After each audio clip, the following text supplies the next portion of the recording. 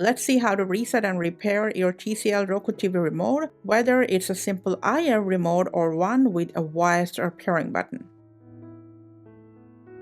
So first, unplug your TV from the wall outlet and just leave it disconnected for 30 to 60 seconds. Now while it's unplugged, locate the power button on the bottom of the TV and simply press and hold it for a few seconds to drain any remaining power. And after that, what you can do is just remove the batteries from a remote. And meanwhile, you can try press and release the power button a few times along with other buttons on the remote, just to make sure nothing is stuck or jammed in there. But this can help rule out simple button issues depending on the problem you're facing. And then before inserting the battery, if needed, you can replace them with fresh ones. Now plug the TV back in.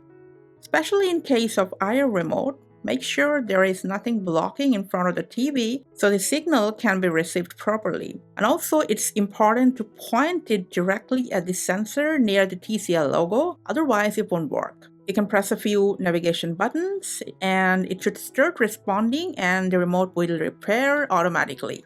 If you got a remote with a pairing button, press and hold the pairing button below the battery compartment until the green LED starts flashing. And for voice remotes, to pair them, you gotta just press and hold the back and the home buttons together for like 5 to 10 seconds. Now in both cases, you'll see a pairing remote message on the screen and the remotes will reconnect with your TCL Roku TV once again. And that's the correct way to reset and repair a remote with the TCL Roku TV. Thanks for your time.